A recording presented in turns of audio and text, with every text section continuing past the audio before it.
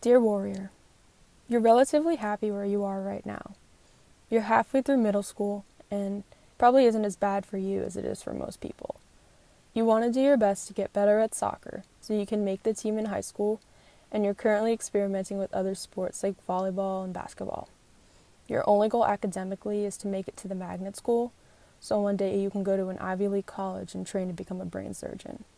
Your priorities are where you assume they'll always be, and even after last year's ankle injury, you're more motivated than ever to rebuild any strength that you may have lost. You have no idea, but your world's about to flip upside down, and none of that's ever going to happen. Well, you're going to get into the magnet school, but you'll end up switching after the first year anyway. You're going to get a sinus infection that will be the start of a migraine that will never end. You will throw meds at it, spend time in the hospital, see more doctors than you can remember, and try any other method that anyone can think of. Additionally, you will develop many other issues that will only build on your frustration of not knowing why. Everyone will have their own theory of why you feel the way you do, but every test you take comes out clear despite the pain that sucks everything out of you. You pray to God for just one moment where you can think beyond the fog that clogs your brain of one clear thought. One moment that you can just focus, but day and night you rise disappointed to your skull pounding. Eventually you reach a point where you no longer want to be in this world because you just want a break. Like maybe just 1 minute without a migraine. You begin to focus your attention on acting like a normal kid, finding a way to function through the pain, and surrounding yourself with people who care about you. This process is quick to reveal who your true friends are, and puts your health as your first priority before anything else. You grow closer to God and try to keep faith, hoping for a way just to ease the pain rather than looking for a cure. You start to see the world differently, and your old priorities are painstakingly stripped away from you. It's hard enough to make it through the school day when your eyes are burning and screws are turning in your temples. You can try all you want to have the life you once had, but even just keeping in shape is more of a challenge than ever. You have more meds in your pillbox than you have friends, and the world you once lived in is merely just a faded dream, replaced by a perpetual nightmare that even seeps into your dreams and leaves you having to physically pry your eyes open to wake up. Eventually, you mourn the 5-year anniversary of your migraine, and you physically can't imagine life without the dizzying thud of your heart in your ear, or the icy blade digging around your eyes like a mask. All you want is a moment where you can run around without the feeling of your brain jumping around in your skull, or one class period where you can think through a math problem without it taking everything out of you. Nobody can ever give me back the life that chronic pain stole from me, but in my future, I'm going to do everything in my power to educate myself and figure out what's wrong with me so I can help other people who are suffering, because I know it's not just me. I don't want anybody to have to feel the same pain that I do. And to anyone who is suffering or had their childhood cut short and had to grow up quick, I want you to know that I am so proud of you and that you're not alone. And to anyone watching who might feel alone, please don't hesitate to reach out. I want nobody to feel like that. And sometimes all it takes is just knowing that there are other people suffering out there. I'm going to try to figure this out for us, okay? Keep being awesome warriors.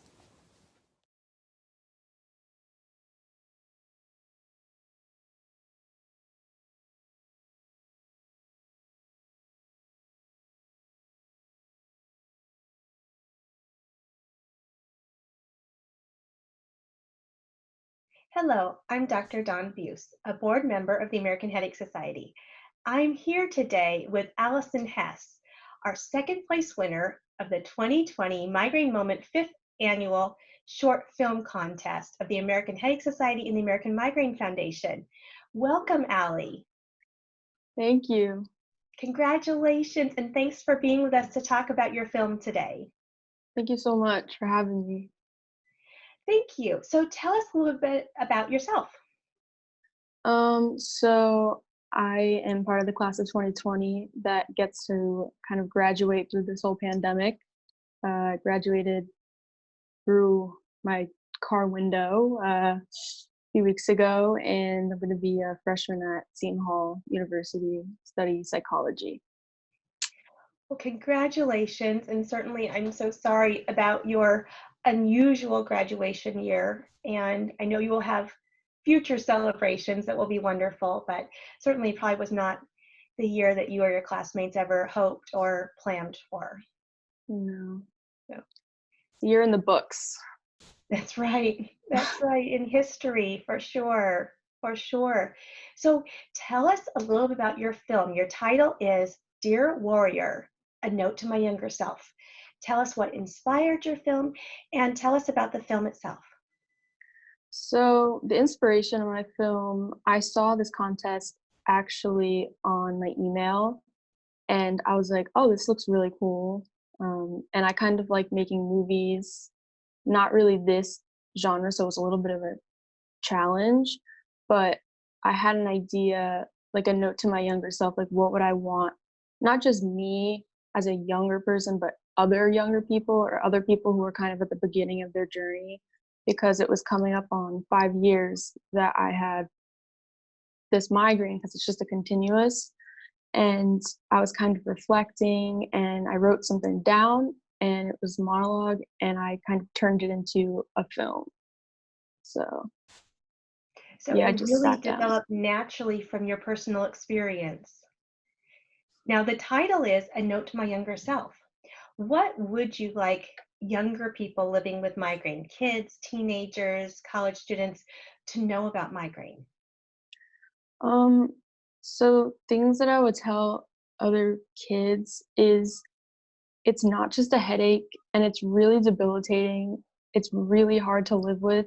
And so if somebody you know has a migraine, just be like very cognizant of that and be respectful when they say that they cancel plans or they need their space, because really it's rough for us to have to cancel plans, and just to be mindful of that, and also to check it on your friends. And this goes for anything really. Just make sure that they know that you're there for them, because that's the best thing you can do is just be there and listen.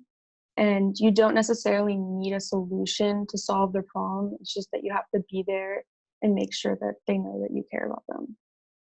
That's so true and so important. Really being there for people, listening, and trying to not judge. And if Hmm. someone has not ever experienced migraine, it's hard to know the scope and the breadth of what migraine feels like and what a migraine attack is like. Did living with migraine through high school, through your younger years, did it affect your friendships and did it affect your schoolwork?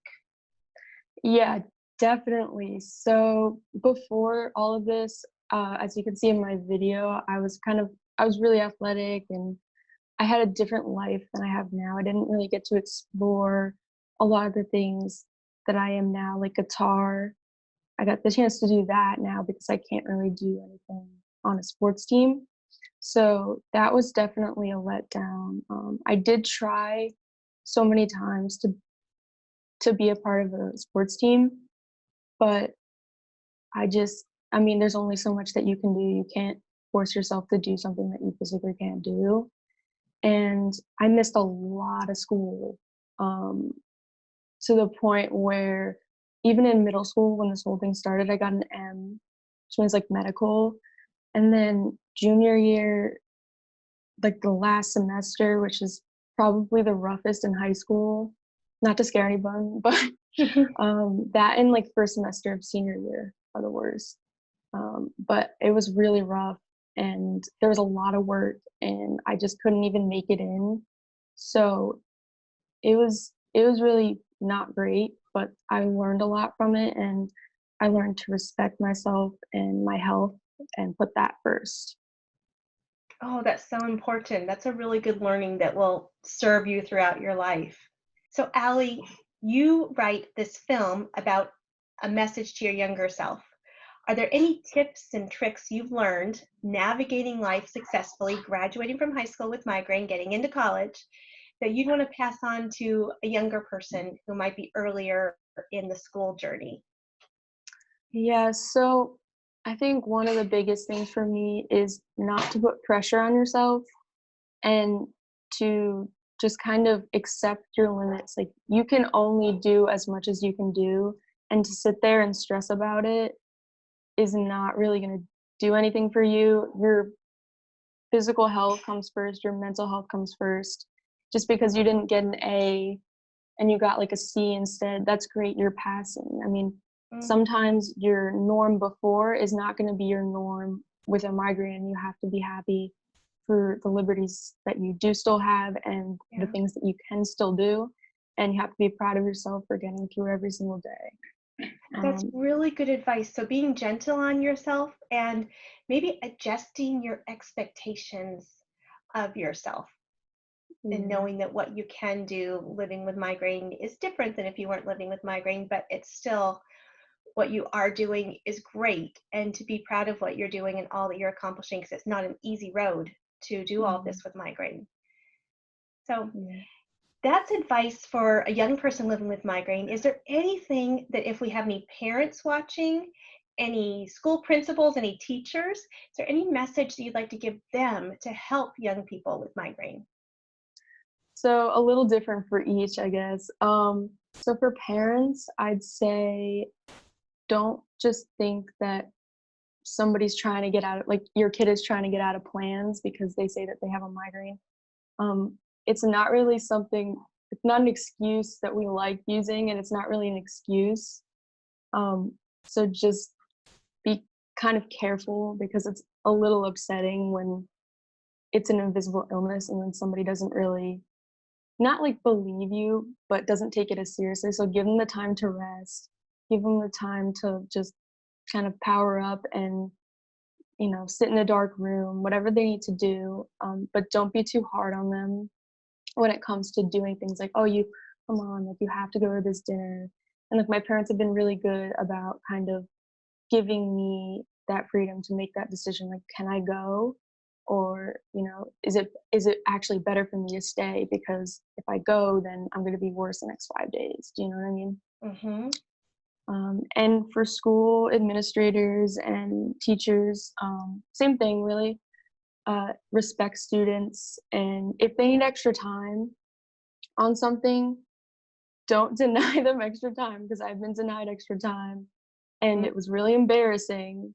So just, if somebody asks for extra time and says they have a migraine or they can't take the test now or they can't get this assignment due by the certain point, you might want to be like, okay, like I get that, and just kind of take that step back and say, well, I can give them extra time. It's not going to be the end of the world if they submit it a few days late. Mm-hmm. And to So not make them feel bad about that. yeah, so respecting what someone's going through, taking their word to really be that they are really struggling with pain and symptoms and just can't do something. And then also accommodating, helping students get through and succeed rather than just coming down hard on them and making life even harder. So Yeah. thank you. That's really good advice. And I hope that we do have some parents and some teachers and some administrators listening who can take your experience back and make life a little bit better and more supportive for other students coming through who are living with migraine. So, thank you again for sharing your story. I think your Mm. voice is incredibly important. Literally, millions and millions of kids and teenagers around the world live with migraine, but we don't often hear their stories. So, I think that you are very brave, and I also just really appreciate your vulnerability opening up and telling us about your experience. And I'm so proud of you and excited for you. For congratulations on your graduation. Congratulations on starting college. That's wonderful. And do you have any closing thoughts? Anything else you want to share with our viewers? Um, so I guess kind of my wrap up, especially at the end of my video. But I just want people to know that you're never alone, and don't internalize anything you might be feeling. Which I don't know if I mentioned in the video or not, but you wanna you don't want to bottle it up, and you want to be able to be vulnerable. And I know it's a process, but you want to start that process earlier rather than later before things get bad mentally. And most likely, if you're struggling with something similar, it's going to be frustrating and you're going to need that kind of outlet. So find whatever outlet, whether it be if you are capable of doing sports, or whether it's a therapist or yoga or meditation. And I know that's really stereotypical, but it really has helped me, yoga. it it makes a difference. And I'm not saying it's going to cure anything, but it helps to like just calm you down and yeah, open your mind. Yeah, thank you. Those are such good suggestions and resources. And I'll have to send you a scientific article that was just published on yoga and migraine. And so you're right, it does help for many reasons. So those are great suggestions. I know at the end of your video, you included a couple of resources.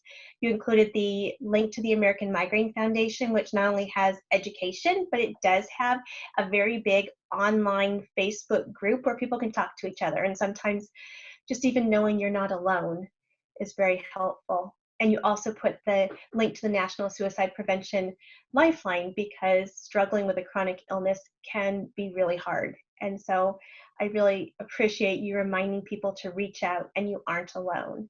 So Mhm. thanks again, Allie, for your time. Thank you for sharing your story, and best wishes and congratulations for a very bright future.